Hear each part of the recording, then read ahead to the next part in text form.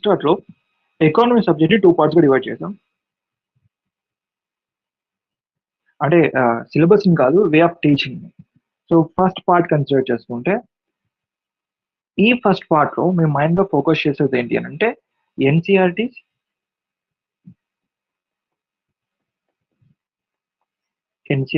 దాంతో పాటుగా యూపీఎస్సీలో ఉన్నటువంటి ప్రిలిమ్స్ సిలబస్. ఇవి మనకు టీచ్ చేయడానికి దాదాపుగా మనకు 25 డేస్ లేదా 25 డేస్ నుంచి 30 డేస్ పడుతుంది. అంటే 1 మంత్ పాటు. మీకు 1 మంత్ పాటు యూపీఎస్సీలో ఉన్నటువంటి ప్రిలిమ్స్ సిలబస్ దాంతో పాటుగా బేసిక్స్ టీచ్ చేయడానికి సరిపోతుంది. And coming to that second part వచ్చేసేసి మీకు యూపీఎస్సీ మెయిన్స్. ఎకానమిక్ సిలబస్ సంబంధించి యూపీఎస్సీ మెయిన్స్ లో ఏదైతే ఉంటుందో దాన్ని సెకండ్ పార్ట్ లో మేము డిస్కస్ చేయడం జరుగుతుంది. దాన్ని కంప్లీట్ చేయడానికి ఆల్రెడీ మనం ఎన్సీఆర్టీ ఈవెన్ మనకు ఫిల్మ్ సిలబస్ కూడా కంప్లీట్ చేసాం కాబట్టి మెయిన్స్ మనం డిస్కస్ చేయడం అనేది పెద్ద డిఫికల్టీ టాస్క్ కాదు. సో ఇక్కడ దాదాపు ఓన్లీ 20 డేస్ 20 లేదంటే మనకు 30 డేస్ పడుతుంది. 25 డేస్ మాక్సిమం 25 డేస్ లేదంటే 30 డేస్ పడుతుంది. సో ఓవరాల్ గా చూసుకుంటే ఎకానమీ మనం డీల్ చేయడానికి 60 డేస్ 60 డేస్ మనకు టైం పడుతుంది. అంటే 2 మంత్స్ పాటు మనం డీల్ చేయడం జరుగుతుంది ఎకానమిక్ సబ్జెక్ట్స్ ని. అండ్ స్టార్టింగ్ డేస్ లో మీకు ఓన్లీ నెక్స్ట్ 1 or 2 డేస్ కానీ నెక్స్ట్ ఒక 3 to 5 డేస్ వరకు మాత్రమే మీకు 1 hour 30 minutes కానీ 45 minutes వరకు క్లాస్ ఉంటుంది. దాని తర్వాత ఈ క్లాస్ అనేది ఒక డ్యూరేషన్ అనేది 2 hours పాటు పెరుగుతుంది. అండ్ దీని యొక్క టైమింగ్స్ కొన్ని చేంజ్ చేస్తారు. అంటే 9 o'clock కాకుండా మోస్ట్లీ 8 o'clock లేదంటే మార్నింగ్ టైమ్స్ షిఫ్ట్ చేయడానికి ఉంటుంది. I'm going to think about that with my team. And మీతో కూడా థింక్ చేస్తాను. అంటే మీతో ఒకసారి డిస్కస్ చేస్తాను మీతో కూడా. అంతా ఓకే అయితే దీని ఒక టైం కూడా చేంజ్ చేస్తాం. ఓకే, ఇది ప్లాన్ అనమాట.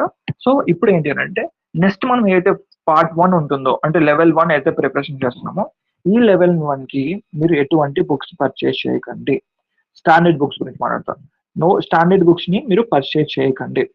అగైన్ టెల్లింగ్, ఇక్కడ మీరు స్టాండర్డ్ బుక్స్ ని పర్చేస్ చేయకండి. ఓకే, మరి ఏం పర్చేస్ చేయాలంటే ఇక్కడ మీరు ఎన్సీఆర్టీస్ ఉన్నాయి కదా,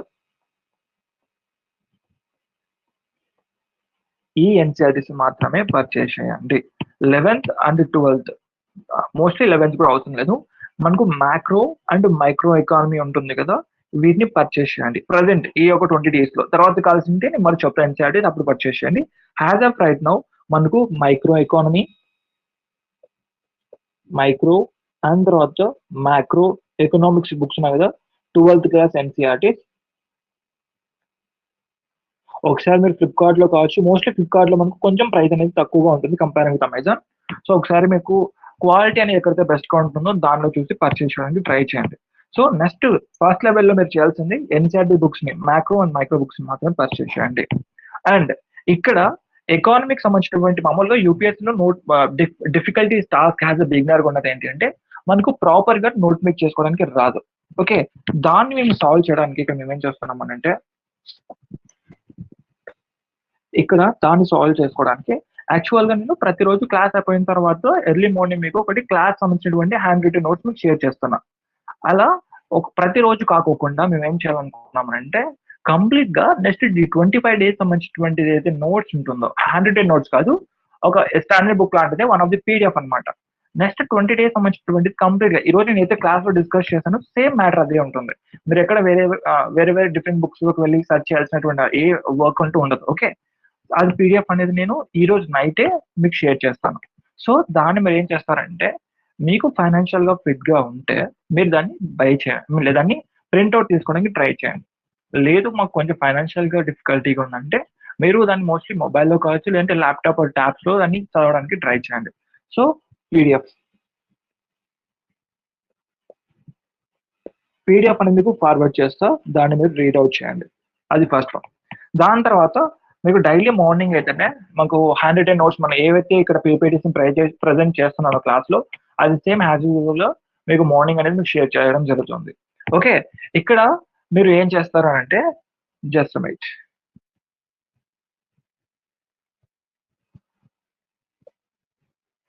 యా, సో ఈ పీడిఎఫ్ ఉంది కదా, అంటే మామూలుగా పీపీటీ ఏదైతే ప్రజెంట్ చేస్తున్నానో ఈ పీడిఎఫ్ అనేది మీరు ఇక్కడ మీకు 2 ఆప్షన్స్ ఉన్నాయి.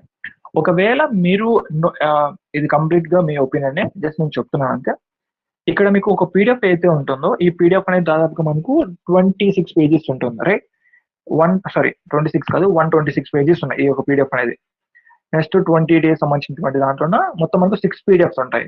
ఆ 6 పీడీఎఫ్స్‌లోన ఫస్ట్ పీడీఎఫ్ వచ్చేసి మనకు 126 పేజెస్ ఉన్నాయి. దీన్ని మీరు జిరాక్స్ తీసుకుంటే క్లాస్ చెప్పేటప్పుడు మీరు ఎటువంటి నోట్స్ మేక్ చేయాల్సిన అవసరం ఉండదు. ఇదే పీడీఎఫ్‌ని మీరు మీ యొక్క క్లాస్ జరిగేటప్పుడు మీ మొబైల్ కావచ్చు, ల్యాప్‌టాప్ పెట్టుకొని ఇదే పీడీఎఫ్ మీద ఎక్స్‌ట్రా దీంతో పాటు ఎక్స్‌ట్రా పాయింట్స్ చెప్తుంటా కదా! ఈ పీడీఎఫ్ అండ్ దాని ఎక్స్‌ట్రా పాయింట్స్ మీరు నోట్ చేసుకుంటే అది చాలా చాలా హెల్ప్‌ఫుల్‌గా ఉంటుంది. మీ టైమ్ సేవ్ చేస్తుంది. I'm again telling economy point of వ్యూలో మీకు కంప్లీట్‌గా ఈ యొక్క హ్యాండ్ రైటింగ్ మీకు అర్థమవుతుందంటే తీసుకోండి. సో కొంతమందికి డిఫికల్టీగా ఉండొచ్చు. But most of the members 90% పీపుల్‌కి హ్యాండ్ రైటింగ్ అర్థమవుతుంది. ఓకే. ఈ పీడీఎఫ్ అనేది ఫస్ట్ 126 పేజెస్ ఉన్నాయి కదా! దీన్ని మీరు జిరాక్స్ తీసుకొని క్లాస్ చెప్పేటప్పుడు నేను ఏవైతే పాయింట్స్ చెప్తున్నానో దాన్ని ఇక్కడ ఇంక స్పేస్ కూడా ఉంటుంది. రైట్? ఇక్కడ చాలా చాలా స్పేస్ ఉంటుంది. ఆ స్పేస్‌లోనే మీరు నేను చెప్పేటువంటి డెఫినిషన్స్ కావచ్చు, ఎక్స్‌ట్రా వాల్యూస్ ఏవైతే ఉంటాయో, ఇన్ఫర్మేషన్ ఏదైతే ఉంటుందో దాన్ని యొక్క స్పేస్‌తో మీరు 126 పేజెస్ ఉన్నాయైతే దీనికి సంబంధించినటువంటి పీడీఎఫ్ కూడా మీకు సెండ్ చేస్తాను. ఓకే. దీన్ని మాత్రమే ప్రింట్ ఔట్ తీసుకోండి. దీంతో పాటుగా క్లాస్ నోట్స్ ఉంటుంది. అంటే అది కంప్లీట్‌గా టైప్ చేసినటువంటిది. అంటే మామూలుగా స్టాండర్డ్ బుక్స్ ఏదైతే ప్రింట్ ఔట్ ఉంటుందో సేమ్ అలా ఉంటుంది.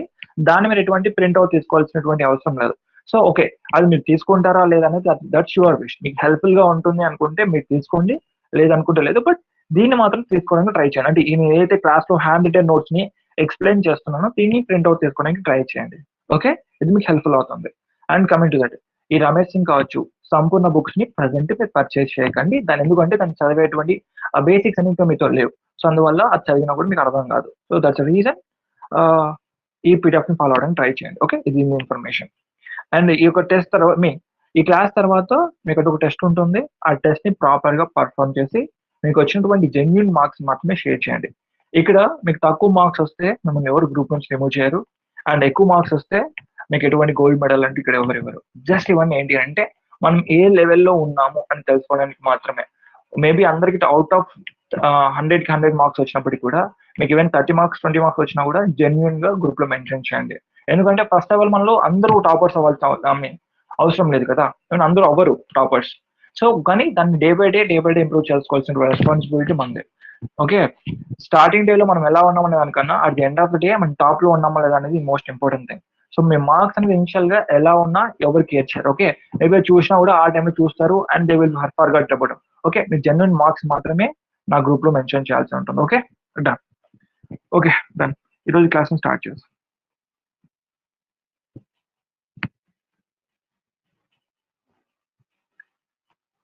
చలో మనకు ప్రీవియస్‌గా స్కార్సిటీ గురించి ఒక టాపిక్‌ని ఆల్రెడీ డిస్కస్ చేసాం. రైట్?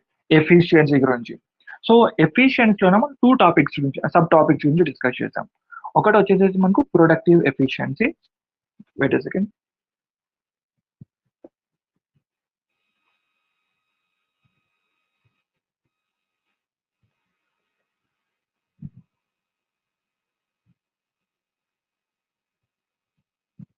ఎఫిషియన్సీ గురించి ప్రీవియస్‌గా డిస్కస్ చేసాం. ఇందులో మనము ప్రొడక్టివ్ ఎఫిషియన్సీ గురించి డిస్కస్ చేసాం. అండ్ దాంతో పాటుగా అలోకేటివ్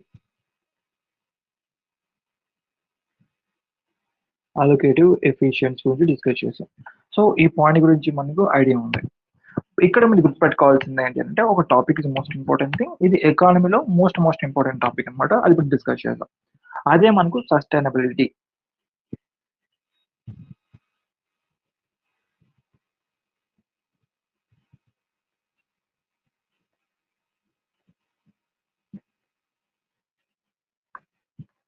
ఇప్పుడు ఈ టాపిక్ గురించి డిస్కస్ చేద్దాం. సస్టైనబిలిటీ అంటే ఏంటి అనంటే మనకు మీకు అందరికి తెలిసే ఉంటుంది. ప్రెజెంట్ మనకు మన ఎర్త్ మీద ఉన్నటువంటి సోర్సెస్ అని మనకు చాలా లిమిటెడ్ అమౌంట్‌లో ఉన్నాయి. సో వీటి వల్ల మనకి ఏం ఏర్పడుతుందంటే స్కార్సిటీ అనేది ఏర్పడుతుంది. ఎప్పుడైతే మనకు రిసోర్సెస్ సంబంధించి స్కార్సిటీ ఏర్పడుతుందో రిసోర్సెస్ సంబంధించినటువంటిది స్కార్సిటీ అనేది ఏర్పడుతుందో వాటి యొక్క ఇంపాక్ట్ అనేది ఖచ్చితంగా మనకు సస్టైనబిలిటీ మీద పడుతుంది. Okay. What is the meaning of sustainability? Sustainability అంటే ఏంటి? ఎవరికైనా ఐడియా ఉందా? సింపుల్ టర్మ్స్ ఏమన్నా? ఎనీవన్? కామెంట్ బాక్స్‌లో మెన్షన్ చేయండి. సస్టైనబిలిటీ అంటే ఏంటి? మనం ఎప్పుడు వింటూనే ఉంటాం కదా! సస్టైనబుల్ గ్రోత్ అని, సస్టైనబుల్ డెవలప్‌మెంట్ అని ఎప్పుడు వింటూనే ఉంటాం కదా! What is the meaning of sustainability? Okay.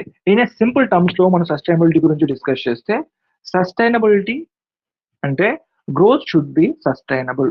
నేను సింపుల్‌గా చెప్పాలంటే growth should be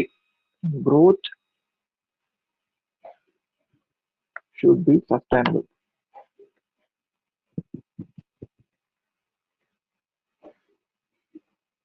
sustainable. Already ఒక ఎగ్జాంపుల్ గురించి నేను ప్రీవియస్‌గా మీతో మాట్లాడాను. అది ఏంటి అనంటే, నాకు 10 ఎకరాస్ ఆఫ్ అనేటువంటి ల్యాండ్ ఉంది. ఈ 10 ఎకరాస్ ఆఫ్ ల్యాండ్‌లో ప్రీవియస్‌గా దాదాపుగా 1000 కిలోస్ అనేటువంటి వీట్ కావచ్చు, రైస్ కావచ్చు, మా ఫోర్ ఫాదర్స్ దాన్ని పండించేవాళ్ళు, కల్టివేట్ చేసేవాళ్ళు సింపుల్‌గా. బట్ నౌ నేను ఓవర్‌గా కెమికల్స్‌ని యూజ్ చేయడం వల్ల ఈ 10 ఎకరాస్ ఆఫ్ ల్యాండ్‌లో దాదాపుగా 3 ఎకరాస్ ఆఫ్ ల్యాండ్ అనేది కల్టివేషన్‌కి అంటే ఫార్మింగ్‌కి పనికి రావటం లేదు. ఓకే. 3 ఎకరాస్. రిమైనింగ్ నాకు 7 ఎకరాస్ ల్యాండ్ మాత్రమే ఉంది. ఐ మీన్ కల్టివేషన్ చేయడానికి, ఫార్మింగ్ చేయడానికి 7 ఎకరాస్ మాత్రమే ఉంది. ఇందులో నుంచి నేను 700 కేజీస్ అనేటువంటి వీట్ కావచ్చు, రైస్‌ని మాత్రమే నేను రైస్ అన్నా కావచ్చు, వీట్ అన్నా కావచ్చు, నేను కల్టివేట్ చేస్తున్నా. సీ ఈ సిట్యుయేషన్స్‌లో నాకు యాక్చువల్‌గా ల్యాండ్‌కి సంబంధించినటువంటి స్కార్సిటీ ఉంది. ఓకే. అంటే నాకు ల్యాండ్ అనేది వన్ ఆఫ్ ది రిసోర్సెస్. ఇది స్కార్స్ రిసోర్సెస్. సో, ఈ టైంలో నేను ఓన్లీ రైస్ అన్నా పండించగలను. లేదు అనంటే టీ షర్ట్స్ అన్నా నేను మ్యానుఫ్యాక్చర్ చేయగలను. ఇప్పుడు నేను టీ షర్ట్స్ కాదు అని ఇక్కడ రైస్‌ని కల్టివేట్ చేస్తున్నా. అండ్ ఓవర్‌గా కెమికల్స్ యూజ్ చేయడం వల్ల అందులో 3 ఎకరాస్ ఆఫ్ ల్యాండ్ ఇంపాక్ట్ అయింది. నౌ అక్కడ మనకు 7 ఎకరాస్ మాత్రమే ఉంది. ఈ 7 ఎకరాస్ నుంచి కల్టివేట్ చేయడం వల్ల నాకు ఓన్లీ 700 కిలోస్ అనేటువంటి రైస్ కానీ, వీట్ కానీ పండించడం జరిగింది. అది ఫస్ట్ పాయింట్ ఇక్కడ. ఇది మీకు అర్థం అవ్వాలి. ఇక్కడ ఏంటి అనంటే sustainability is nothing but growth should be sustainable. Growth అనేది సస్టైనబుల్‌గా ఉండాలి. ఇప్పుడు నేను నా ఫోర్ ఫాదర్స్ ఇచ్చినటువంటి 10 ఎకరాస్ ఆఫ్ ల్యాండ్‌లో దానికి ఎట్లాంటి కేపబిలిటీ ఉంది అనంటే 1000 కిలోస్‌ని పండించేటువంటి అంటే ప్రొడ్యూస్ చేయగలటువంటి కెపాసిటీ మా ఫోర్ ఫాదర్ ఇచ్చినటువంటి 10 ఎకరాస్ ఆఫ్ ల్యాండ్‌కి ఉంది. కానీ నేను ఓవర్‌గా కెమికల్స్‌ని యూజ్ చేయడం వల్ల దాని యొక్క ఎఫిషియన్సీ అంటే ప్రొడక్టివ్ యొక్క ఎఫిషియన్సీ ఏదైతే ఉంటుందో అది ఇక్కడ ఇంపాక్ట్ అయింది. సింపుల్‌గా చెప్పాలంటే పొటెన్షియల్. ల్యాండ్ యొక్క పొటెన్షియల్‌ని నేను ఇక్కడ మిస్‌యూజ్ చేశాను. పొటెన్షియల్ అనేది ఎఫెక్ట్ అయింది. పొటెన్షియల్. ఇక్కడ పొటెన్షియల్ అనేది ఇంపాక్ట్ కావడం జరిగింది. రైట్? సో, ఎప్పుడైతే ఇలా గ్రోత్ అనేది ఇప్పుడు మా ఫోర్ ఫాదర్ ఇచ్చినటువంటి ల్యాండ్ అనేది యొక్క ప్రొడక్టివిటీ ఇక్కడ ఇంపాక్ట్ అయింది. పొటెన్షియల్ ఇంపాక్ట్ అయింది. సో, ఇలాంటి సిట్యుయేషన్ మనం ఏమంటామంటే ఇక్కడ సస్టైనబుల్ గ్రోత్ లేదు. సస్టైనబిలిటీ లేదు.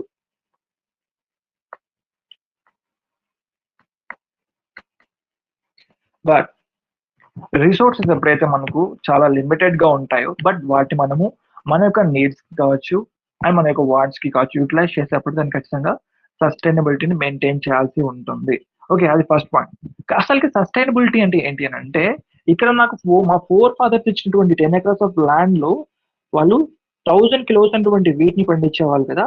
సేమ్ వే వాటిని ఎటువంటి ఇంపాక్ట్ చేయకోకుండా సేమ్ 10 ఎకర్స్ ఆఫ్ ల్యాండ్‌లో నేను సేమ్ కూడా 1000 కిలోస్ అయినటువంటి వీట్‌ని కావచ్చు, లేదంటే రైస్‌ని కావచ్చు పండిస్తే దానికి సస్టైనబుల్ గ్రోత్ అంటారు. సో, ఇక్కడ ఎటువంటి కాంప్రమైజ్ అవ్వట్లేదు. ఫ్యూచర్ జనరేషన్ సస్టైనబిలిటీ ఏదైతే ఉంటుందో, future generation they must not compromise. వాళ్ళు కాంప్రమైజ్ అవ్వాల్సినటువంటి అవసరం లేదు. నాకు మా ఫోర్ ఫాదర్ ఇచ్చినటువంటి ల్యాండ్‌లో మాకు మాక్సిమం చూసుకుంటే 10 ఎకరాస్ సారీ 10 కేజీస్ 1000 కేజీస్‌ని పండించేదానికి కెపాసిటీ ఉంది. ఇప్పుడు నేను నా నెక్స్ట్ జనరేషన్ కూడా సేమ్ ఇదే వాళ్ళకు ఇవ్వాల్సి ఉంటుంది. సేమ్ ఇదే 10 ఎకరాస్ ఆఫ్ ల్యాండ్‌ని దాని యొక్క కెపాసిటీ పొటెన్షియల్ ఏదైతే ఉంటుందో అది ఎటువంటి ఇంపాక్ట్ కాకోకుండా ఫ్యూచర్ జనరేషన్స్ అనేది కాంప్రమైజ్ కాకోకుండా ఇవ్వగలిగితే దాన్ని సస్టైనబుల్ గ్రోత్ అని అంటాం.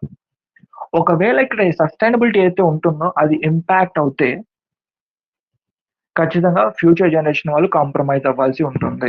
సో, ఇన్ దిస్ సిట్యుయేషన్స్‌లో సస్టైనబిలిటీ ఏంటి అనంటే ఇన్ ఎకనామిక్స్ టర్మ్స్‌లో చూసుకుంటే sustainability is a quality and quantity of a factors of production. ఇక్కడ ఫ్యాక్టర్స్ ఆఫ్ ప్రొడక్షన్ అంటే ఏంటి ఇక్కడ? Resources must not be compromise over a time. ఒక డెఫినిషన్ చూసుకుందాం ఒకసారి.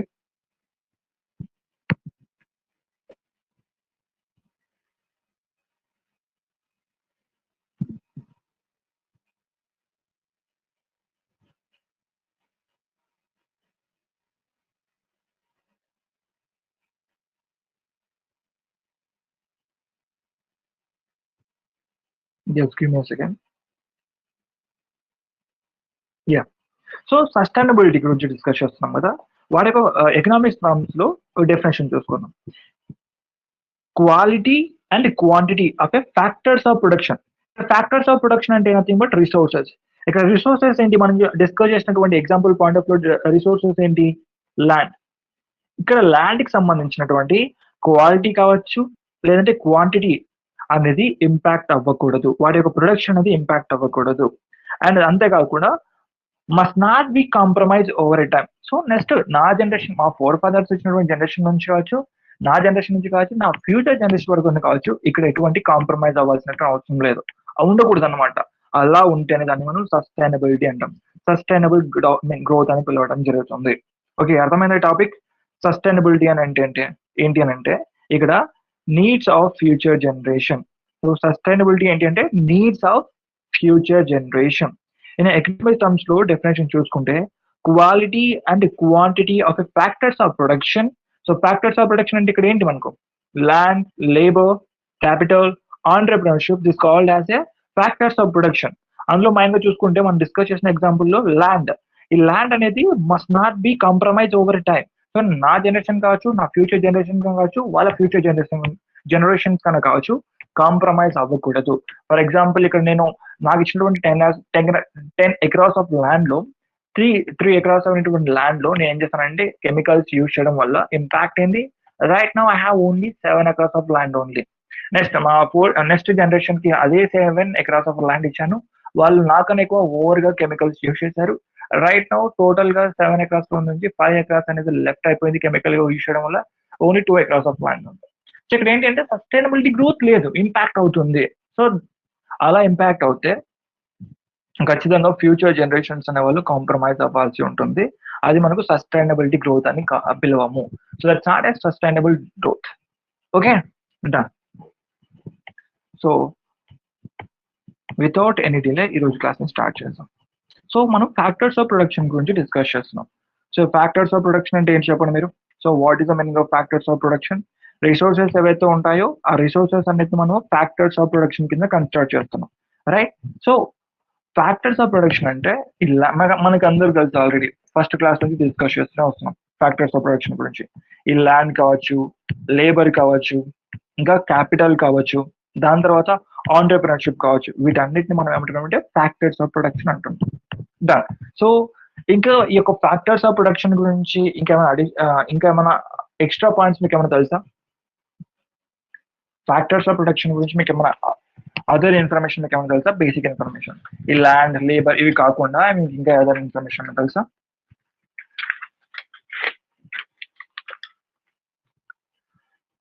డన్. సో మనం డిస్కస్ చేద్దాం కంప్లీట్ గా వీటి గురించి. సి ఫస్ట్ ఆఫ్ ఆల్ ఇక్కడ మనం డిస్కస్ చేయాల్సింది ఏంటి అంటే factors of production nothing but resources. So resources అంటే మనం ఫస్ట్ క్లాస్ నుంచి డిస్కస్ చేస్తాం. సో మనం స్కార్స్ రిసోర్సెస్ అంటే nothing but factors of production. మనకు 4 ఫ్యాక్టర్స్ ఆఫ్ ప్రొడక్షన్ ఉంటాయి. ఎన్ని ఉంటాయి? 4 ఉంటాయి. సో అవి ఏంటి అని అంటే ఈ ల్యాండ్ కావచ్చు, లేబర్ కావచ్చు, క్యాపిటల్ కావచ్చు, ఆంటర్‌ప్రెన్యూర్‌షిప్ కావచ్చు, వీటన్నిటిని మనము ఫ్యాక్టర్స్ ఆఫ్ ప్రొడక్షన్ అంటున్నాం. 4 ఫ్యాక్టర్స్ ఆఫ్ ప్రొడక్షన్ అంటున్నాం. ఓకే, ఇక్కడ మైండ్ గా చూసుకుంటే ఈ ఫ్యాక్టర్స్ ఆఫ్ ప్రొడక్షన్స్ ఏవైతే ఉన్నాయో they allows economy to produce it's output. ఈ ఫ్యాక్టర్స్ ఆఫ్ ప్రొడక్షన్స్ ఏవైతే ఉంటాయో ఈ ల్యాండ్, లేబర్, క్యాపిటల్, ఆంటర్‌ప్రెన్యూర్‌షిప్ ఏవైతే ఉంటుందో ఇవేం చేస్తానంటే ఎకానమీలో ప్రొడక్షన్ చేయడానికి, అంటే ప్రొడక్షన్ చేసి ఒక అవుట్పుట్ ఇవ్వడానికి హెల్ప్ చేస్తాయి అనమాట. సి ఫర్ ఎగ్జాంపుల్ ల్యాండ్ తీసుకున్నాం, ఎందుకంటే మనం ప్రీవియస్ గా ల్యాండ్ గురించి డిస్కస్ చేస్తున్నాం కదా. ల్యాండ్ తీసుకున్నాం, ఇది ల్యాండ్ అనేది ఇప్పుడు ఏంటి, one of the resources. These resources is nothing but A factors of production. ఇప్పుడు మనం ఇక్కడ ల్యాండ్ యూజ్ చేసుకుని మనం ఏం చేస్తున్నాం, ఇక్కడ నా యొక్క ల్యాండ్ లో నేను ఇప్పుడు రైస్ కావచ్చు, లేదంటే మేజ్ కావచ్చు, షుగర్ కేన్ కావచ్చు, డిఫరెంట్ కల్టివేట్ చేయడం జరుగుతుంది. సో ల్యాండ్ యూజ్ చేసుకొని నేను ఏం చేస్తున్నానంటే అవుట్పుట్ ని ప్రొడ్యూస్ చేస్తున్నా. Okay, what is the meaning of output? Output అంటే ఏంటి అని అంటే సింపుల్ గా మనం ఆల్రెడీ డిస్కస్ చేసాం. ఈ యొక్క గూడ్స్ కావచ్చు, గూడ్స్ అని కావచ్చు, అండ్ సర్వీస్ అని కావచ్చు, వీటిని మనము అవుట్పుట్ కింద కన్సిడర్ చేసుకున్నాం. ఇప్పుడు నా ల్యాండ్ లో నేను డిఫరెంట్ ఐటమ్స్ ని డిఫరెంట్ అగ్రికల్చర్ గా నేను ఫార్మింగ్ చేయడం జరుగుతుంది. ఇప్పుడు ఇలా ఫార్మింగ్ చేయడం వల్ల నాకు రైస్ వస్తుంది, వీట్ వస్తుంది, మేజ్ వస్తుంది, షుగర్ కెన్ వస్తుంది, డిఫరెంట్ అయినటువంటి వస్తుంది. So nothing but I'm getting some output by using what, by using factors of production. In this case, in my example, what is the factor of production? Land is a factor of production. ఇప్పుడు ఈ land use చేసుకుని produce చేయడం జరుగుతుంది output ని. So output అంటే ఏంటి, nothing but goods and services అనమాట. Okay done. ఇది మనకు ఫ్యాక్టర్స్ ఆఫ్ ప్రొడక్షన్ గురించి. ఇప్పుడు కంప్లీట్ గా ఒక్కొక్క దాని గురించి ఇన్ డీటెయిల్ గా డిస్కస్ చేద్దాం. అంటే ల్యాండ్ అంటే ఏంటి, తర్వాత లేబర్, క్యాపిటల్, ఆంటర్ప్రినర్షిప్ అంటే ఏంటి, ఇలా కంప్లీట్ గా ఫోర్ ఫ్యాక్టర్స్ ఆఫ్ ప్రొడక్షన్ గురించి మనం డిస్కస్ చేద్దాం. ఓకే, అందులో ఫస్ట్ వన్ ల్యాండ్. ల్యాండ్ గురించి మనం డిస్కస్ చేద్దాం. సో మీరు చెప్పండి, what is the meaning of land? Land అంటే ఏంటి, ల్యాండ్ కిందకి ఏమేమి వస్తాయి? Try everyone. సో ల్యాండ్ అంటే ఏంటి, what is the meaning of land?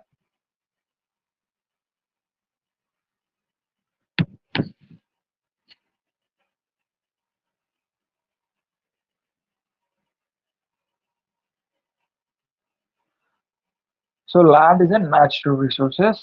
Okay, land కిందకి ఏమేమి వస్తాయి? ఓకే, నేను డిస్కస్ చేస్తాను, నో వరీస్. సో మీరు డిఫరెంట్ పాయింట్ లోకి వెళ్ళిపోతున్నారు మీరందరూ. ఓకే, సి ఇక్కడ మనకు తెలిసినంత వరకు ల్యాండ్ అంటే ఏమనుకుంటామంటే ఒక ఫిజికల్ ఫార్మ్ ఆఫ్ ల్యాండ్ అనుకుంటాం. సరే, అంటే ఒక భూమిలో సింపుల్ గా మనకి తెలుగులో అర్థమయ్యేలా చెప్పాలని అంటే ఏవైతే మనకు స్థలాలు కావచ్చు, భూములు ఏవైతే ఉంటాయో వాటిని మనం ల్యాండ్ అనుకుంటాం. కానీ నిజానికి ల్యాండ్ కిందకి ఏమొస్తానంటే, ఇన్ ఎకనామిక్స్ టర్మ్స్ లో ల్యాండ్ కిందకి ఏమొస్తానంటే, first of all land itself ఒక ఫిజికల్ ఫామ్ లో ఏదైతే ఉంటుందో అది కంప్లీట్ గా డెఫినెట్ గా మన ల్యాండ్ కిందకి వస్తుంది. అవే కాకుండా మనం ల్యాండ్ యూజ్ చేసుకొని ప్రొడ్యూస్ చేసేటువంటి, అంటే కల్టివేట్ చేసేటువంటివి ఏవైతే ఉంటాయో, ఫర్ ఎగ్జాంపుల్ ఈ rice and wheat, maize comes under the land కిందకే వస్తాయి. ఓకే, వాటిని రాద్దాం. సో ఈ కల్టివేట్ చేయడానికి, కల్టివేట్ ఏవైతే చేస్తామో, ఫర్ ఎగ్జాంపుల్ రైసే తీసుకుందాం. ఓకే, ఈ రైస్ తీసుకుంటాం. ఈ rice comes under the land ఎందుకు వస్తుంది? ఏవైతే ఈ ల్యాండ్ మీద మనం కల్టివేట్ చేస్తాం అగ్రికల్చర్ గా, అవన్నీ ల్యాండ్ కిందకే వస్తాయి. డన్, అది ఫస్ట్ వన్. అండ్ దాని తర్వాత బేసిక్ రా మెటీరియల్స్. సో ఏవైతే మనకు బేసిక్ రా మెటీరియల్స్ ఉంటాయో అవి కూడా మనకు ల్యాండ్ కిందకి వస్తాయి. అసలుకి బేసిక్ రా మెటీరియల్స్ అంటే ఏంటి అంటే, సి ఇక్కడ గోల్డ్, ఇక్కడ బేసిక్ జస్ట్ సెకండ్, ఇక్కడ గోల్డ్ కావచ్చు. ఓకే, దాని తర్వాత కోల్ ఏదైతే ఉంటుందో ఇది మనకు basic raw materials which are also comes under the land. So ఇవన్నీ మనకు గోల్డ్ అనేది మనకు లైక్ గాలిలో కావచ్చు, లేదంటే ఆకాశం నుంచి రాదు కదా, కంప్లీట్ గా ఇప్పుడు ఎక్కడి నుంచి వస్తాయి ఇవన్నీ? సో కంప్లీట్ గా సమ్వేర్ ఆఫ్ ల్యాండ్ రిలేటెడ్ గానే ఉంటాయి కదా. అంటే ల్యాండ్ లో ఏదో ఒక పార్ట్ లో కావచ్చు, ఏదైనా ఒక ఏరియాలో కావచ్చు, ఏదైనా ఒక రీజియన్ లో కావచ్చు, ఈ గోల్డ్ మైన్స్ అనేవి ఉంటాయి, రైట్? సో సింపుల్ గా చెప్పాలంటే ఇవన్నీ బేసిక్ రా మెటీరియల్స్, ఇవి కూడా ల్యాండ్ కి సంబంధించినవే. ఓకే, అండ్ దాని తర్వాత చూసుకుంటే in or under the sea. Again telling in or under the sea అంటే సముద్రానికి సంబంధించినటువంటివి. ఫర్ ఎగ్జాంపుల్ ఈ యొక్క ఓషన్ ఏదైతే ఉంటుందో, సీ కావచ్చు, ఓషన్ అవి ఎక్కడ అవుతాయి? సో మనకు ల్యాండ్ మీదే ఉంటాయి కదా. సో ఇవి కూడా ఓషన్ కి సంబంధించినటువంటి ప్రాపర్టీస్ ఏవైతే ఉంటాయి. ఫర్ ఎగ్జాంపుల్ ఆయిల్ రిజర్వ్స్, ఈ ఆయిల్ రిజర్వ్స్ కూడా మనకు ల్యాండ్ కిందకే వస్తాయి. So in or under the sea అని అంటే ఈ యొక్క సీకి సంబంధించినవి, అంటే ఆయిల్ రిజర్వ్స్ ఏవైతే ఉంటాయో ఇవి కూడా ఆయిల్ రిజర్వ్స్. ఈ ఆయిల్ రిజర్వ్స్ కూడా మనకు ల్యాండ్ కిందకే వస్తాయి. ఓకే, అర్థమవుతుందా? అండ్ దాని తర్వాత చూసుకుంటే found under the land. Again telling found under the land. Land కింద మనకి ఏవైతే ఉంటాయో, ఫర్ ఎగ్జాంపుల్ చూసుకుంటే మనకు డిఫరెంట్ కైండ్ ఆఫ్ మెటీరియల్స్ కావచ్చు. నథింగ్ బట్ అంటే మీరు చెప్పండి, ఈ ఐరన్ కావచ్చు, ఓకే, కోల్ కావచ్చు. So different kind of materials ఏవైతే ఉంటాయి, సింపుల్ గా చెప్పాలంటే వాటిని మనం మినరల్స్ కింద కన్సిడర్ చేస్తాం. సో ఏవైతే మనకు ల్యాండ్ రిలేటెడ్ గా మినరల్స్ ఉంటాయో మనం ఫైండ్ అవుట్ చేస్తాము మినరల్స్. సో ఇవి కూడా మనకు ల్యాండ్ కి సంబంధించినవే. సో ఈవెన్ మనకు ఫారెస్ట్ ఉంటుంది కదా, ఈ ఫారెస్ట్ కూడా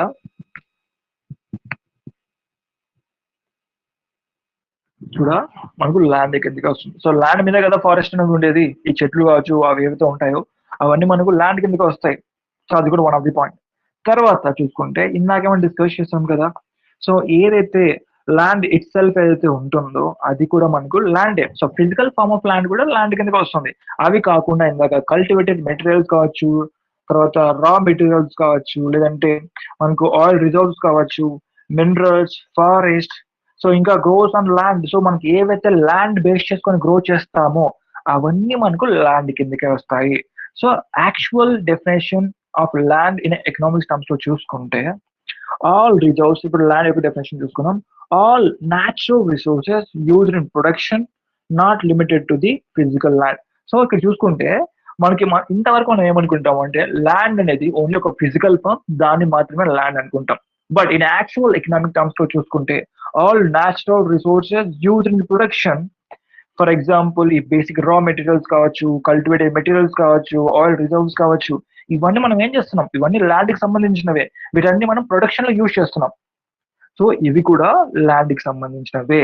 సో ఇందాక చెప్పినవన్నీ ఇక్కడ ఎగ్జాంపుల్ గా ఇచ్చాడు, including raw materials like gold, coal and cultivated like wheat and rice and natural resources ఇవన్నీ. తర్వాత resources found on or under the land, for example forest, తర్వాత మినరల్స్, ఇవన్నీ మనకు ఈ ల్యాండ్ కి సంబంధించినవే. తర్వాత resources found in or under the sea, for example oil reserves ఇందాక డిస్కస్ చేస్తాం కదా, ఇవన్నీ ఏవైతే డిస్కస్ చేసిన పాయింట్స్ ఉన్నాయో ఇవన్నీ వేటికి సంబంధించినవి అంటే ల్యాండ్ కి సంబంధించినవి. ఓకే, అర్థమైందా what is the meaning of land అంటే? సో ల్యాండ్ అంటే ఓన్లీ ఫిజికల్ ఫామ్ మాత్రమే కాదు, ఇవి ఒక రా మెటీరియల్స్, కల్టివేటెడ్ మెటీరియల్స్, దాని తర్వాత ఆయిల్ రిజర్వ్స్, దాని తర్వాత minerals, forest. So what ever gross on land which comes under the land. Okay, అది ల్యాండ్ కిందకి వస్తుంది. ల్యాండ్ అంటే ఓన్లీ ఫిజికల్ ఫామ్ మాత్రమే కాదు. Okay, done. And next one, ఇప్పుడు ఫ్యాక్టర్స్ ఆఫ్ ప్రొడక్షన్ లో ఫస్ట్ వన్ కంప్లీట్ చేస్తాం, ల్యాండ్ అయిపోయింది. And coming to that second one, labour. Okay, labour అంటే ఏంటి అని అంటే మనకి తెలిసినంత వరకు మనకు బేస్డ్ ఆన్ మన నాలెడ్జ్, సో లేబర్ అంటే ఏంటి అంటే ఎవరైతే కూలి పనికి వెళ్తారో వాళ్ళని లేబర్ కింద కన్సిడర్ చేస్తాం. Okay, so but in economics terms లో లేబర్ కి ఉన్నటువంటి డెఫినేషన్ ఏంటి? ఓకే, యాక్చువల్ గా లేబర్ అంటే ఏంటి అని అంటే సి ఇక్కడ జస్ట్ మీ సెకండ్, ఫస్ట్ థింగ్ చూసుకుంటే మీరు చెప్పండి what is the meaning of labour. Labour అంటే ఏంటి? మీరు చాలా మంది లేబర్ వర్క్ చేస్తుంటారు అని చెప్తుంటారు కదా, అసలు లేబర్ అంటే ఏంటి? సి ఇదే మనకు తెలిసినంత వరకు ఉన్నటువంటి డెఫినేషన్ కి ఎకనామిక్స్ లో ఉన్నటువంటి డెఫినేషన్ కి చాలా డిఫరెన్స్ ఉంటుంది. ఓకే, సి ఇక్కడ చూసుకుంటే లేబర్ అంటే ఏంటి అంటే సింపుల్ గా చెప్పాలంటే దట్స్ హ్యూమన్ వర్క్.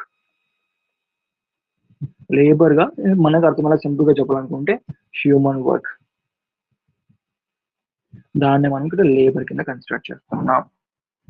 సో ఇక్కడ ఉంది కదా human work which is considered under the labour. So ఇక్కడ లేబర్ వర్క్ ఏది అంటున్నాం, హ్యూమన్ వర్క్ అంటున్నాం కదా, ఇది ఓన్లీ ఫిజికల్ ఫామ్ మాత్రమే కాదు, ఇది ఇంటెలెక్చువల్ వర్క్ కూడా. సో దీని యొక్క డెఫినేషన్ చూద్దాం, దెన్ మనం దీన్ని ఎక్స్ప్లెయిన్ చేద్దాం. ఓకే, లేబర్ వర్క్ గురించి లేబర్ అంటే ఏంటి డెఫినేషన్ గురించి డిస్కస్ చేద్దాం. ఇది వన్ ఆఫ్ ది ఫ్యాక్టర్. దేని కింద ఫ్యాక్టర్? ఇది ఫ్యాక్టర్ ఆఫ్ ప్రొడక్షన్ లో one of the one. So ఇక్కడ చూసుకుంటే లేబర్ గురించి డిస్కస్ చేసాం. The physical and intellectual effort of individual contribute to the production. So ఇక్కడ లేబర్ అంటే హ్యూమన్ వర్క్ అని మనం తెలుసుకున్నాం.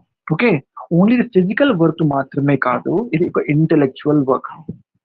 So I'm again repeating, labour work అంటే ఓన్లీ ఫిజికల్ వర్క్ మాత్రమే కాదు, ఒక ఇంటెలెక్చువల్ వర్క్. సింపుల్ గా చెప్పాలంటే హ్యూమన్ ఫ్యాక్టర్ ఆఫ్ ప్రొడక్షన్, దీన్నే మనము లేబర్ వర్క్ నే హ్యూమన్ ఫ్యాక్టర్ ఆఫ్ ప్రొడక్షన్ అంటున్నాము. హ్యూమన్ ఫ్యాక్టర్ ఆఫ్ ప్రొడక్షన్, దీనికి ఎగ్జాంపుల్ తో మీకు ఎక్స్ప్లెయిన్ చేస్తా. ఫర్ ఎగ్జాంపుల్, ఇప్పుడు నా ఫ్రెండ్ ఉన్నాడు, వాడు ఒక ఇంజనీర్, లేదంటే వాడు డిఫరెంట్ కైండ్ ఆఫ్ అయినటువంటి వాడు ఒక ఆర్కిటెక్చర్ అనుకున్నాం, ఓకే, సివిల్ ఇంజనీర్ అనుకున్నాం, ఏదో ఒకటి. సో సింపుల్ గా చెప్పాలంటే వాడు ఒక బిల్డింగ్స్ కావచ్చు, చిన్న చిన్న హౌసెస్ ని కన్స్ట్రక్ట్ చేస్తారు అనుకున్నాం. ఇక్కడ వాడు ఏదైతే వాడు ఓన్ గా కన్స్ట్రక్ట్ చేస్తాడు, దాంట్లో ఇన్వాల్వ్మెంట్ అవుతాడు, వాళ్ళు లేబర్స్ కూడా పెట్టుకుంటాడు. సో సింపుల్ గా చెప్పాలనుకుంటే ఇక్కడ నా పాయింట్ ఏంటి అని అంటే, వాడు ఒక బిల్డింగ్ ని కన్స్ట్రక్ట్ చేయాలంటే వాడు ముందుగా ఒక ప్లాన్ చేస్తాడు. ఓకే, అంటే మామూలుగా ప్రీ డిజైనింగ్ ఉంటుంది కదా ఆ బిల్డింగ్ సంబంధించి, అది వాడి యొక్క ఇంటెలెక్చువల్ వర్క్. సో వాడి యొక్క ఐడియాలజీ, వాడికి ఉన్నటువంటి నాలెడ్జ్ బేస్ చేసుకొని, వాడికి ఉన్నటువంటి స్కిల్ బేస్ చేసుకొని వాడు ఏం చేస్తాడంటే ఒక డిజైన్ మేక్ చేస్తాడు. సో ఫర్ ఎగ్జాంపుల్, అక్కడ ఏదైనా కంపెనీ కట్టాలనుకుంటున్నారు అనుకోండి, కన్స్ట్రక్ట్ చేయాలనుకుంటున్నారు అనుకోండి, లేదా ఒక హౌస్ కన్స్ట్రక్ట్ చేయాలనుకుంటున్నారు అనుకోండి, లేదా ఒక చిన్న స్టార్ట్అప్ కన్స్ట్రక్ట్ చేయాలనుకున్నారు అనుకోండి, దానికి సంబంధించినటువంటి రిక్వైర్మెంట్ బేస్ చేసుకొని ఆ కన్స్ట్రక్ట్ చేసేటువంటి వాడికి ఇస్తే, నా ఫ్రెండ్కి ఇస్తే, వాడు బేస్డ్ ఆన్ వాళ్ళకి కావాల్సిన రిక్వైర్మెంట్ బేస్ చేసుకొని కన్స్ట్రక్షన్ స్టార్ట్ చేస్తాడు. కన్స్ట్రక్షన్ స్టార్ట్ చేయాలంటే ఖచ్చితంగా దానికంటే ఒక డిజైన్ ఉండాలి. ఓకే, ఆ డిజైన్ అంటే ఎలా వస్తుంది? వాడి యొక్క ఇంటెలెక్చువల్ వర్క్. ఓకే, సో వాడు కూడా ఇప్పుడు ఏమయ్యాం, వాడి కూడా ఒక లేబర్. సో లేబర్ అంటే మనకు సంబంధించిన వరకు కొంచెం మనకు రెస్పెక్ట్ కావచ్చు, డిసిగ్నేషన్ కావచ్చు, కొంచెం తక్కువ అనుకుంటాం. బట్ యాక్చువల్ గా చూసుకుంటే మన యొక్క ఇంటెలెక్చువల్ వర్క్ ని యూజ్ చేసుకునే ఏదో వర్క్ ఉంటుందో దానికి లేబర్ కిందకి వస్తుంది. ఓకే, ఇంకొకటి ఫిజికల్ ఫామ్. సో ఇప్పుడు నేను దాన్ని కన్స్ట్రక్ట్ చేయాల్సి ఉంటుంది. ఓకే, దాన్ని మ్యాప్ చేయాల్సి ఉంటుంది, కన్స్ట్రక్ట్ చేయాల్సి ఉంటుంది. అక్కడ నా ఫిజికల్ గా నా వర్క్ ఇన్వాల్వ్మెంట్ అవుతుంది. సో ఇక్కడ నా యొక్క ఇంటెలెక్చువల్ వర్క్ ఇన్వాల్వ్ అవుతుంది, దాని తర్వాత ఫిజికల్ వర్క్ ఇన్వాల్వ్ అవుతుంది. ఓకే, ఇది ఒక example.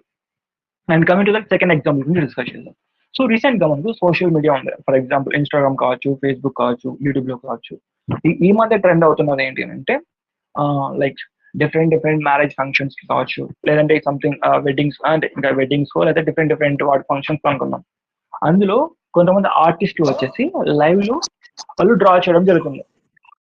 Guys try to turn off your mic.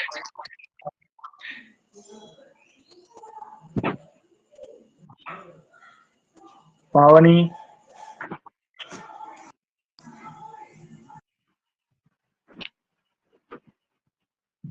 Yeah.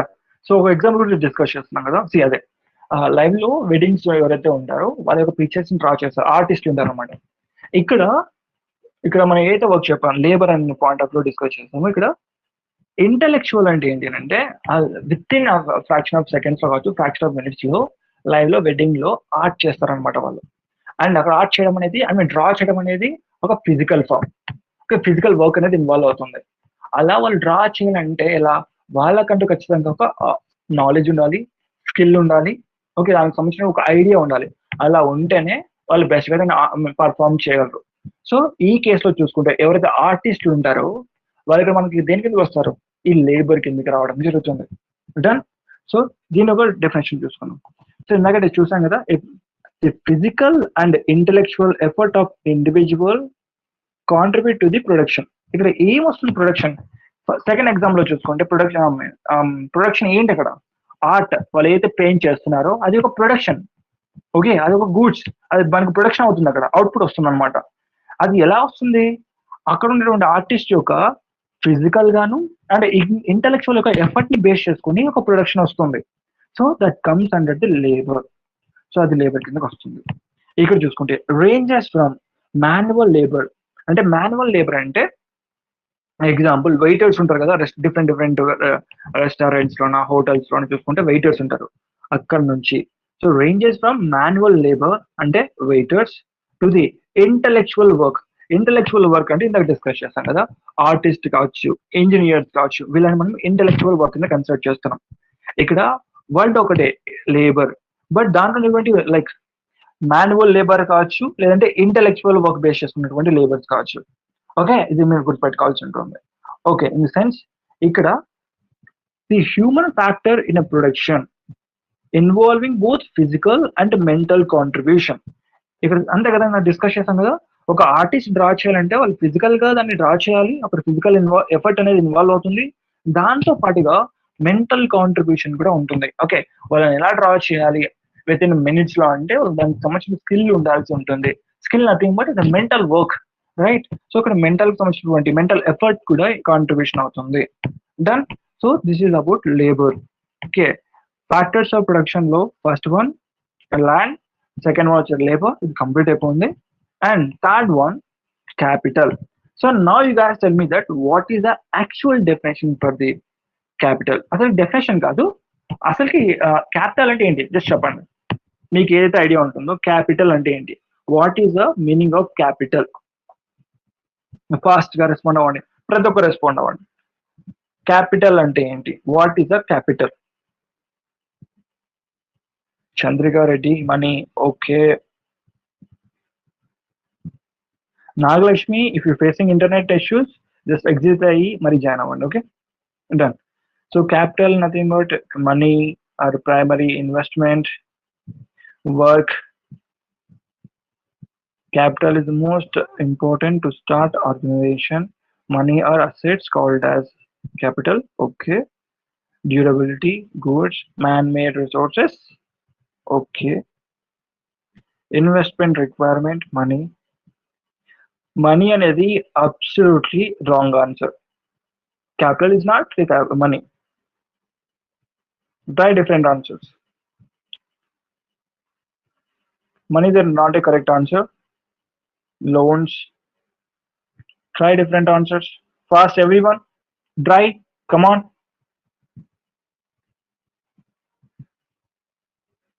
Assets.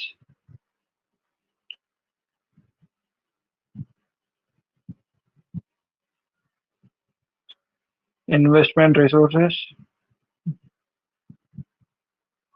Come on. Fast. Productivity. Goodwill. Man-made resources. Someone close to answer? Yeah. Discussion.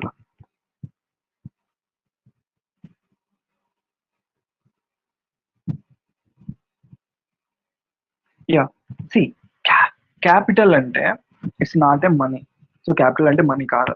First తెలుసుకోండి. Okay. Done. So దీని గురించి discuss చేసినప్పుడు first definition చూసుకున్న తర్వాతనే మనము complete details discuss చేద్దాం. First one, capital అంటే tools and machinery and buildings used to produce goods and service is called as capital. I'm again repeating the definition.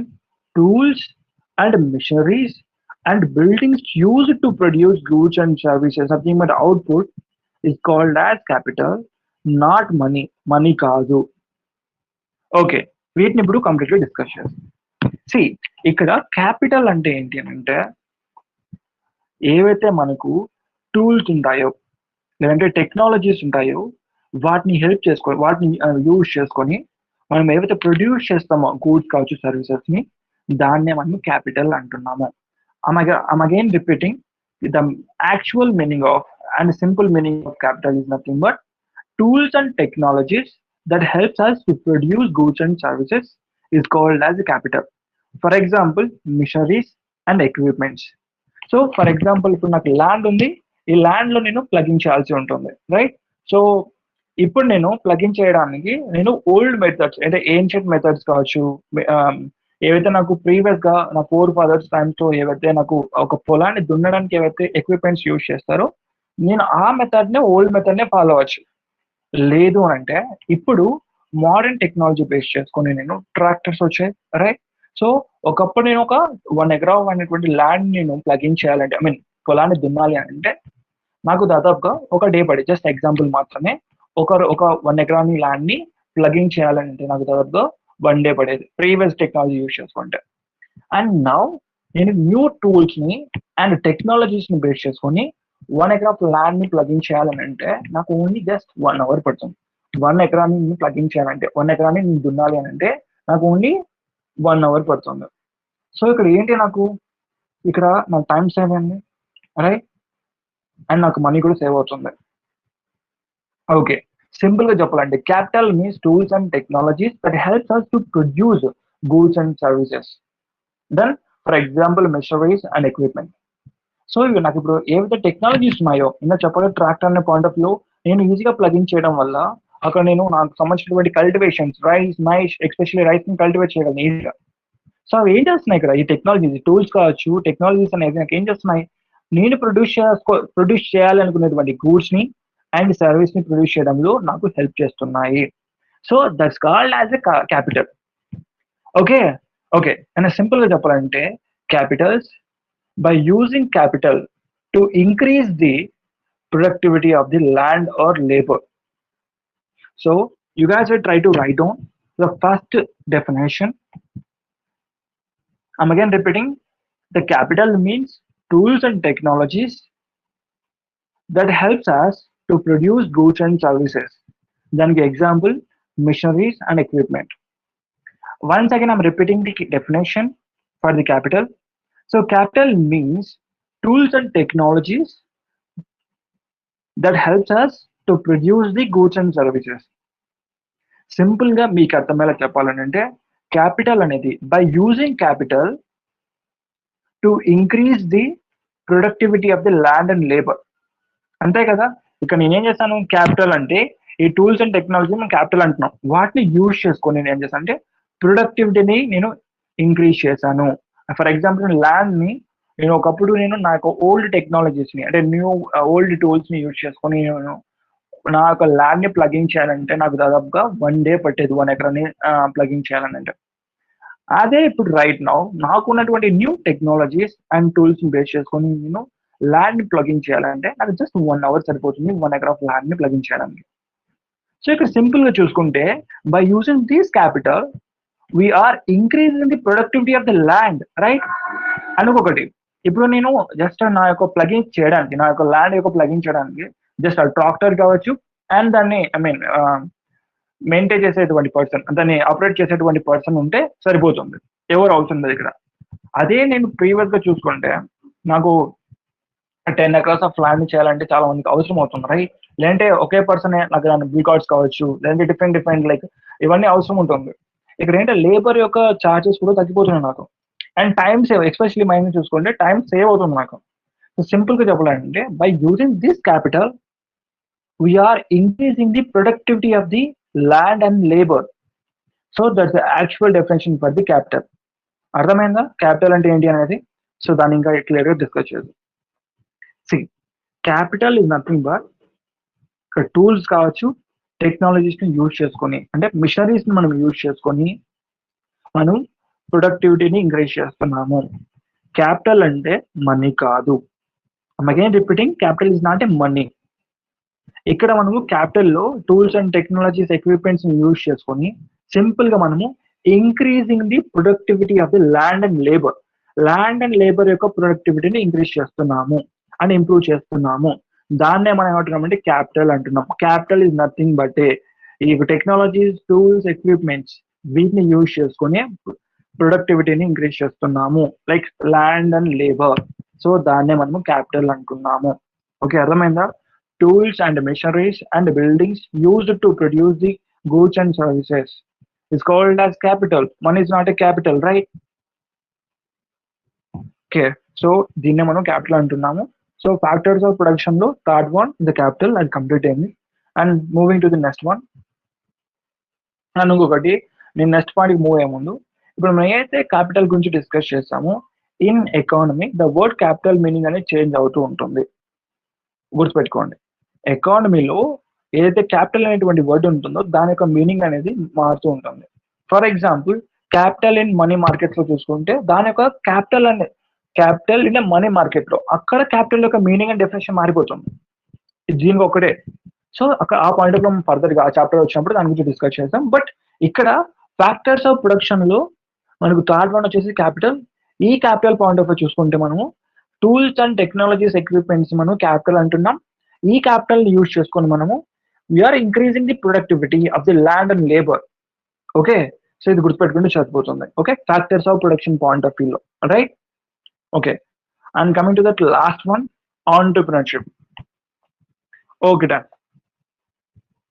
ఇక్కడ చూసుకుంటే సో మీకు ఐడియా ఉందా? సో ఈ point of view most of the members especially and now generations లో, present generations లో most of the members కి దీని గురించి ఐడియా ఉంటుంది. And now the young generations most of the members దీని మీద ఫోకస్ చేస్తున్నారు కూడా ఆంటర్‌ప్రెన్యూర్‌షిప్ గురించి. సో నౌ మీరు చెప్పండి, so what is the definition for the entrepreneurship కి డెఫినేషన్ ఏంటి? You guys try to tell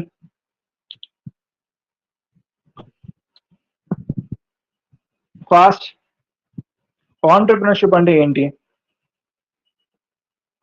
so ప్రతి ఒక్కరు ట్రై చేయండి, రైట్. అది కరెక్ట్ అయినా రాంగ్ అయినా మీరు ట్రై చేయడం అనేది most important. Creative new things. Yes Sudarshan, correct.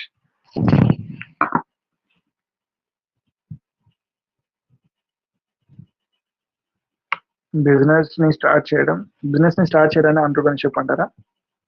Okay, good one. unique way of business, new ideas, creativity, own employment, creativity things, fast everyone. Praveen, good. Creativity opportunity. Okay. having an idea to develop the already existing entity. Oh, nice.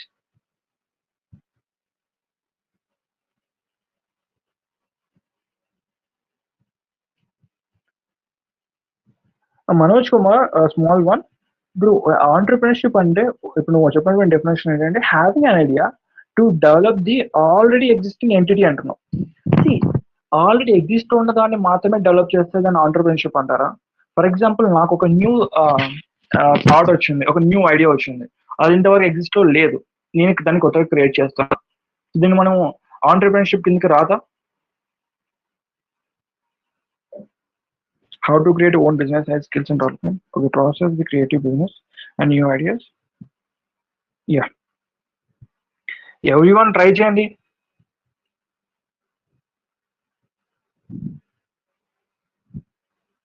Mallikarjun, try one. Try it. Maheshwari, Deepika, Pavani, Hariprasad, Durga Prasad. Try. Nirmala.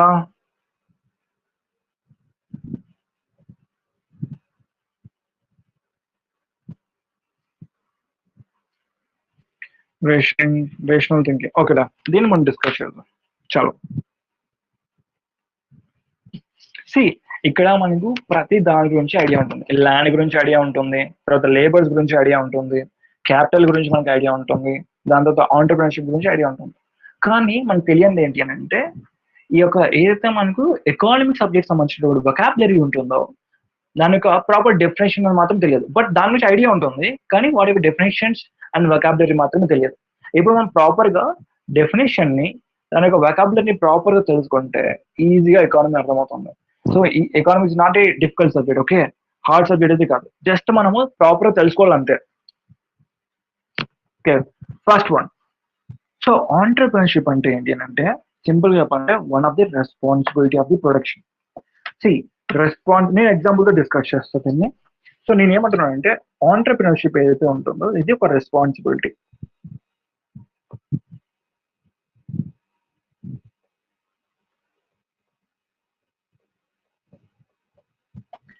Responsibility of the production. So people production, right? So responsibility of the production నేను entrepreneurship అంటున్నా. So simple గా చెప్పాలంటే responsibility comes under the, so యొక్క responsibility ఏంటి అంటే management వస్తున్నా, management of production. ఇక్కడ ఒక ఎగ్జాంపుల్ ఇస్తాను. ఇప్పుడు నా ఫ్రెండ్ అనే పర్సన్ రమేష్ సురేష్ ఎవరో ఒకరు అనుకున్నాం, ఓకే, రమేష్ అనుకున్నాం. ఇప్పుడు రమేష్ అనే పర్సన్ కి వన్ ఆఫ్ ఒక న్యూ ఐడియా వచ్చింది, ఒక న్యూ ఇన్నోవేషన్ ఆఫ్ ఐడియా వచ్చింది. తను ఇప్పుడు ఒక ఆంటర్ప్రినర్ అవుదాం అనుకుంటున్నాడు and one of the startup start చేయాలనుకుంటున్నాడు. సో దానికి ఏంటి అంటే ఏఐకి సంబంధించిన one of the startup. Okay, so ఈ ఏఐ అనేది ఏదైతే స్టార్ట్అప్ ఉంటుందో అది ఒక one of the innovation and creativity. ఇక్కడ రమేష్ అనే పర్సన్ ఉన్నాడు, Ramesh, right?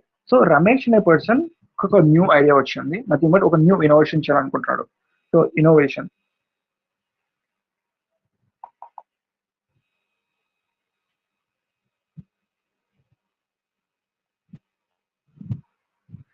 And creativity.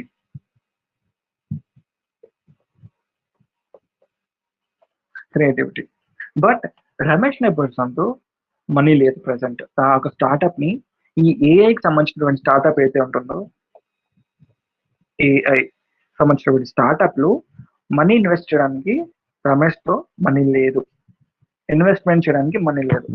So now Ramesh అనేటువంటి పర్సన్ సురేష్ అనేటువంటి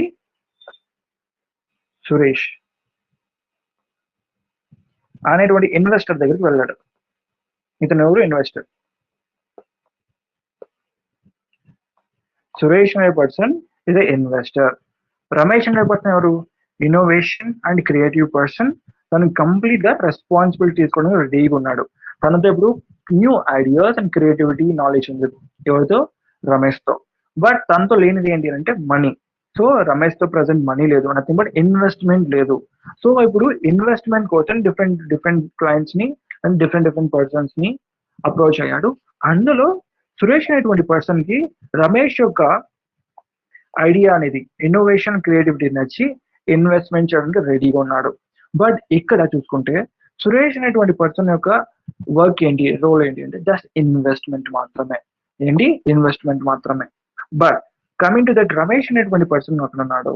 ఇక్కడ మెయిన్ రోల్ చూసుకుంటే రమేష్ అనేటువంటి పర్సన్ ఇక్కడ ఆంటర్ప్రినర్షిప్ ని మెయింటైన్ చేస్తున్నాడు. ఆంటర్ప్రినర్ ఇక్కడ ఎవరు, రమేష్ అనేటువంటి పర్సన్ ఇక్కడ ఆంటర్ప్రినర్. సో ఇక్కడ రమేష్ అనేటువంటి పర్సన్ ఇక్కడ మెయిన్ రోల్ ఏంటి అంటే రెస్పాన్సిబిలిటీ ఆఫ్ ది ప్రొడక్షన్. అంటే గూడ్స్ అండ్ సర్వీసెస్ ఎవరు ఎవరు యొక్క రెస్పాన్సిబిలిటీ తీసుకుంటున్నారు, ఇక్కడ సురేష్ కాదు రెస్పాన్సిబిలిటీ, రమేష్ అనేటువంటి పర్సన్ యొక్క రెస్పాన్సిబిలిటీ. ఎందుకనంటే ఈ యొక్క ఏ యొక్క స్టార్ట్అప్ ఒక ఐడియా కావచ్చు, దాని మేనేజ్మెంట్ కావచ్చు, దాని యొక్క కంప్లీట్ రెస్పాన్సిబిలిటీ అనేది ఎవరు తీసుకుంటున్నారు, రమేష్ యొక్క తీసుకున్నారు. ఎందుకంటే తన యొక్క ఇది తన యొక్క ఓన్ ఐడియా ఇది. సో తనకి మాత్రమే తెలుసు దీని యొక్క ఫర్దర్ గా తీసుకువెళ్ళాలనేది. సురేష్ అనేటువంటి పర్సన్ జస్ట్ ఇది మిడిల్ అంటే లైక్ ఇది మైన్ పర్సనే, కానీ తనకు సంబంధించినటువంటిది ఏంటంటే ఇన్వెస్ట్మెంట్ మాత్రమే చేస్తారు తను. సో కంప్లీట్ గా వర్క్ దీన్ని ఫర్దర్ గా గ్రోత్ కావచ్చు, డెవలప్మెంట్ స్టేజ్ తీసుకువెళ్ళేది ఎవరు, రమేష్ మాత్రమే. Because of Ramesh is the entrepreneur. So complete గా రెస్పాన్సిబిలిటీ తీసుకోవాలి రమేష్ అనే పర్సన్. అండ్ ఇక్కడ రెస్పాన్సిబిలిటీ ఏంటి అని అంటే what kind of responsibility here. So for example ఇక్కడ ఉన్నటువంటి ఏఐ కంపెనీలో లేదంటే ఏఐ స్టార్ట్అప్ లో ఏవైతే మనకు ప్రాఫిట్స్ వస్తాయో, ప్రాఫిట్స్ వచ్చినప్పుడు ఇక్కడ Ramesh and Suresh. So Suresh person గురించి మనం తీసేయండి, ఇప్పుడు మనకు అవసరం లేదు. సో రమేష్ అనే పర్సన్ ఒకవేళ ప్రాఫిట్స్ వస్తే ఖచ్చితంగా తీసుకుంటాడు. బికాస్ ఆఫ్ తను ఇక్కడ ఆంటర్ప్రీన్యూర్, దాన్ని ఇక్కడ ఎస్టాబ్లిష్ చేశాడు. ఓకే, సో ప్రాఫిట్స్ వస్తే తను తీసుకుంటున్నాడు. దాని తర్వాత ఇదే కంపెనీలో బై మిస్టేక్ ఒకవేళ ప్రాఫిట్స్ రాకపోతే ఏదో లాస్ వస్తుందో ఆ లాస్ ని కూడా తనే బియర్ చేయాలి, తనే రెస్పాన్సిబుల్ తీసుకోవాలి. బికాజ్ రమేష్ అనే పర్సన్ ఆంటర్ప్రీన్యూర్. సో ఈ ఖచ్చితంగా తనే మేనేజ్మెంట్ చేస్తున్నాడు. Nothing but management of production ఎవరి చేతిలో ఉంది, ఖచ్చితంగా రమేష్. మేనేజ్మెంట్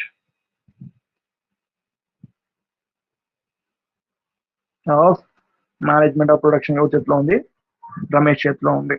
యా, వాడి గురించి ఇప్పుడు డిస్కస్ చేద్దాం. సింపుల్ గా చెప్పాలంటే ఆంటర్ప్రినర్ ఎవరైతే ఉంటారో తన హ్యాండ్ లోనే మేనేజ్మెంట్ ఉంటుంది. ఏవైతే మనకు ప్రాఫిట్స్ కావచ్చు, ప్రాఫిట్స్ వస్తే ప్రాఫిట్స్ తీసుకోవాలి. దాంతో పాటుగా లాస్ వచ్చినా కూడా రమేష్ అనేటువంటి పర్సన్ రెస్పాన్సిబుల్ పర్సన్. తను ఖచ్చితంగా రిస్క్ తీసుకోవాల్సి ఉంటుంది. ఇక్కడ ఏదైతే రిస్క్ ఫ్యాక్టర్ అయితే ఉంటుందో దాన్ని ఖచ్చితంగా బిఆర్ చేస్తున్నటువంటి పర్సన్ ఎవరు, రమేష్ అనేటువంటి పర్సనే. సో ఇక్కడ ఎందుకంటే రమేష్ అనే పర్సన్ ఖచ్చితంగా ఇన్నోవేషన్ అండ్ క్రియేటివ్ మైండ్ ఉంది. దాంతోనే ఒక ఏఐ స్టార్ట్అప్ కంపెనీ స్టార్ట్ చేశాడు. సో దాన్ని కంప్లీట్ గా తనే మేనేజ్మెంట్ చేస్తున్నాడు. అంటే కంప్లీట్ రెస్పాన్సిబిలిటీ అనేది రమేష్ అనేటువంటి పర్సన్ సంబంధించిందే. ఇక్కడ ఎటువంటి లాసెస్ వచ్చినా కూడా రమేష్ అనే పర్సనే డీల్ చేయాల్సి ఉంటుంది. ఇక్కడ what is the meaning of management అంటే ఏంటి అంటే ఇక్కడ ఆర్గనైజింగ్ 3 ఫ్యాక్టర్స్. ఇక్కడ 3 ఫ్యాక్టర్స్ అంటే ఏంటి అంటే ఆల్రెడీ మనం ఒక 3 ఫ్యాక్టర్స్ గురించి డిస్కస్ చేస్తాం కదా. అవి ఇక్కడ ఈ ల్యాండ్ కావచ్చు, లేబర్ కావచ్చు, క్యాపిటల్ కావచ్చు, వీటిని ఎవరు మేనేజ్ చేయాల్సి ఉంటుంది. ఇక్కడ సురేష్ కాదు. ఇక్కడ ఏదైతే ఫస్ట్ లో డిస్కస్ చేద్దాం ఇన్వెస్ట్మెంట్ చేశాడు ఈ సురేష్ అనే పర్సన్. జస్ట్ వాని యొక్క రోల్ ఏంటి, ఇన్వెస్ట్మెంట్ చేయడము. దీనికి కావాల్సినటువంటి 50 lakhs అంటే 1 crore 1 CR లేదా 2 CR 50 CR ఓకే 100 CR ఏదైతే ఇన్వెస్ట్మెంట్ ఉంటుందో ఈ కంపెనీకి సంబంధించి ఏదైతే ఉంటుందో దాన్ని ఇన్వెస్ట్మెంట్ చేయడం వరకు మాత్రమే one role. So rest of the role ఏదైతే ఉంటుందో మేనేజ్మెంట్ నథింగ్ బట్ రెస్పాన్సిబిలిటీ ఏదైతే ఉంటుందో కంప్లీట్ ఒక రోల్ వచ్చేసి రమేష్ కే, రైట్. సో వాడు మాత్రమే మేనేజ్మెంట్ చేయాల్సి ఉంటుంది. సో వీడే ఇప్పుడు ఆర్గనైజ్ చేయాల్సి ఉంటుంది. మేనేజ్మెంట్ నథింగ్ బట్ చూసుకుంటే organisation of the 3 factors land, labour, capital, వీటిని వీడు ఆర్గనైజ్ చేయాల్సి ఉంటుంది. Are you guys understanding my point? Okay, so management అంటే ఇదే. ఈ రిమైనింగ్ ఏవైతే ఫ్యాక్టర్స్ 3 ఫ్యాక్టర్స్ ఉంటాయో వాటిని కూడా మేనేజ్మెంట్ చేయాల్సి ఉంటుంది. So and one more thing, ఇందాక చెప్పాను కదా వీటి రెస్పాన్సిబిలిటీ తీసుకున్నాడు కాబట్టి ఇందులో ఏవైతే రిస్క్ ఫ్యాక్టర్స్ ఏవైతే వస్తాయి ఈ బిజినెస్ లో ఏవైతే రిస్క్ ఉంటుందో వాడిని బిఆర్ చేయాల్సి ఉంటుంది. ఖచ్చితంగా వాడు తీసుకోవాల్సి ఉంటుంది. సో దీన్నే మనము ఆంటర్‌ప్రెన్యూర్‌షిప్ కింద కన్సిడర్ చేస్తున్నాం. సో దానికి డెఫినేషన్ చేసుకున్నాం. The ability to innovate and manage the land, labour, capital to create a goods and services. So వీడే మన ఒక ఏఐ కంపెనీలో, నథింగ్ బట్ స్టార్ట్అప్ లో వాడు ఏవైతే క్రియేట్ చేయాలనుకుంటున్నాడు, అంటే ఈ యొక్క goods and services nothing but output ని క్రియేట్ చేయాలనుకుంటున్నారో, దాన్ని దేని బేస్ చేసుకొని, ల్యాండ్, లేబర్ అండ్ క్యాపిటల్ ని బేస్ చేసుకొని, వాటిని యూజ్ చేసుకొని వాడు ప్రొడక్షన్ చేయాలనుకుంటున్నాడు గూడ్స్ అండ్ సర్వీసెస్ ని. సో నథింగ్ బట్ ఇదంతా వేటి యొక్క బేస్ మీద ఉంటుందంటే ఒక ఎబిలిటీ అండ్ ఇన్నోవేషన్ బేస్ మీద, ఒక ఏఏ స్టార్ట్అప్ మీద బేస్ అయ్యి ల్యాండ్, లేబర్, క్యాపిటల్ బేస్ చేసుకుని ఒక గూడ్స్ అండ్ సర్వీసెస్ ని ప్రొడ్యూస్ చేయాలనుకుంటున్నాడు. సో దీన్నే మనం ఏమంటున్నాం అంటే ఆంటర్‌ప్రెన్యూర్‌షిప్ అంటున్నాం. ఇందులో మైనర్ 2 ఫ్యాక్టర్స్ ఉన్నాయి, ఎబిలిటీ అండ్ ఇన్నోవేషన్. ఓకే, వీటిని బేస్ చేసుకొని, ఇవి 2 ఫ్యాక్టర్స్, వీటి 2 బేస్ చేసుకొని ల్యాండ్ అండ్ లేబర్ అండ్ దాని తర్వాత క్యాపిటల్, వీటిని యూజ్ చేసుకొని, ఈ యొక్క రిసోర్సెస్ ని యూజ్ చేసుకొని, బట్ ఈ 3 ఫ్యాక్టర్స్ ని యూజ్ చేసుకొని వాడు ఫైనల్ గా ఒక అవుట్పుట్ ఇవ్వాలి, అంటే గూడ్స్ అండ్ సర్వీసెస్ ని క్రియేట్ చేయాలి, ప్రొడ్యూస్ చేయాల్సి ఉంటుంది. సో దాన్నే మనం ఆంటర్‌ప్రెన్యూర్‌షిప్ అంటున్నాము. ఇందులో ఎవరైతే ఆంటర్‌ప్రెన్యూర్ గా ఉంటాడో వాడికే రిస్క్ ఫ్యాక్టర్ ఉంటుంది, వాడికే ప్రాఫిట్స్ కూడా తీసుకుంటాడు. ఓన్లీ ప్రాఫిట్స్ మాత్రమే షేర్ చేసుకోవడం కాదు, రిస్క్ ఫ్యాక్టర్ కూడా వాడు షేర్ చేసుకోవాల్సి ఉంటుంది. ఓకే, సో ఇదే సింపుల్ డెఫినేషన్. సో ఇప్పుడు మనము ల్యాండ్ గురించి కంప్లీట్ చేసాం, లేబర్ గురించి కంప్లీట్ చేసాం, దాని తర్వాత క్యాపిటల్ గురించి కంప్లీట్ చేసాం, and now we done with entrepreneurship గురించి కంప్లీట్ చేసాం. నౌ మీకు ఏదైనా డౌట్స్ ఉంటే ఈ 4 ఫ్యాక్టర్స్ లో, అంటే 4 ఫ్యాక్టర్ ఆఫ్ ప్రొడక్షన్ లో మీకు ఏదైనా డౌట్స్ ఉంటే మనకి కింద కమెంట్ బాక్స్ లో మెన్షన్ చేయండి. ఐ మీన్ మెసేజ్ బాక్స్ లో, సారీ. ఇన్స్టాగ్రామ్ లో మాట్లాడేది అలవాటు అయిపోయింది. Okay, that no worries. So మీకు ఏదైనా డౌట్ ఉంటే సో కింద మెసేజ్ బాక్స్ లో మెన్షన్ చేయండి, దాన్ని డిస్కస్ చేస్తాం. ఈ 4 factors, land, labour, capital, entrepreneurship సంబంధించిన ఏదైనా డౌట్స్ ఉంటే నాకు కింద మెన్షన్ చేయండి. ఓకే,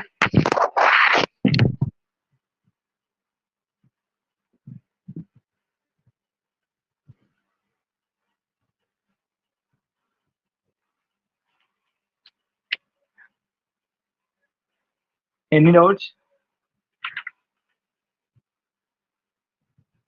సి రా మెటీరియల్స్ అంటే, మీరు మాట్లాడుతున్న ల్యాండ్ పాయింట్ ఆఫ్ లో కదా. సి ఈ ల్యాండ్ పాయింట్ ఆఫ్ లో రా మెటీరియల్స్ ఏంటి అని అంటే, మీకు కోల్ ఐడియా ఉందా? కోల్, ఈ కోల్ ని మనం రా మెటీరియల్స్ అంటున్నాం, రైట్? అంటే ఇక్కడ మనం వాటిని ఎటువంటి ప్రాసెస్ చేయాల్సినటువంటి అవసరం ఉండదు. ఒకవేళ అది రా అంటే, మీకు తెలుగులో ఎలా చెప్పాలి అంటే, యా, ఫర్ ఎగ్జాంపుల్ కోల్ ఉంది, ఎగ్జాక్ట్ రైట్. సో మనం దాన్ని ఇక్కడ ఎలాంటి ప్రాసెస్ చేయట్లేదు మనం, అంటే ఫర్ ఎగ్జాంపుల్ అది మనకి అయితే న్యాచురల్ గా వస్తుంది అది. సో న్యాచురల్ గా వస్తుంది కాబట్టి మనం దాన్ని రా మెటీరియల్స్ కింద కన్సిడర్ చేస్తున్నాం. ఓకే, ఫర్ ఎగ్జాంపుల్ గోల్డ్ ఉంది, గోల్డ్ అండ్ కూడా ఒక one of the raw material. Done. So raw material అంటే ఫర్ ఎగ్జాంపుల్ దాన్ని ఎటువంటి ప్రాసెస్ లోకి ఇన్వాల్వ్ అవ్వట్లేదు, సెకండరీ ప్రాసెస్ లోకి ఇన్వాల్వ్ అవ్వట్లేదు. సో దాన్ని మనం రా మెటీరియల్స్ కింద కన్సిడర్ చేస్తాం. ఈ గోల్డ్ కావచ్చు, కోల్ అనేది డైరెక్ట్ గా మనం వాటిని యూజ్ చేసుకోవచ్చు, ఎటువంటి నెక్స్ట్ ప్రాసెస్ చేయకోకుండా. ఓకే, ప్రొడక్షన్ లోకి మనం రా మెటీరియల్స్ ఏవైతే ఉన్న గూడ్స్ అండ్ కోల్ ని డైరెక్ట్ గా యూజ్ చేసుకోవచ్చు. ఓకే, దాన్ని రా మెటీరియల్స్ కింద కన్సిడర్ చేసుకోవచ్చు.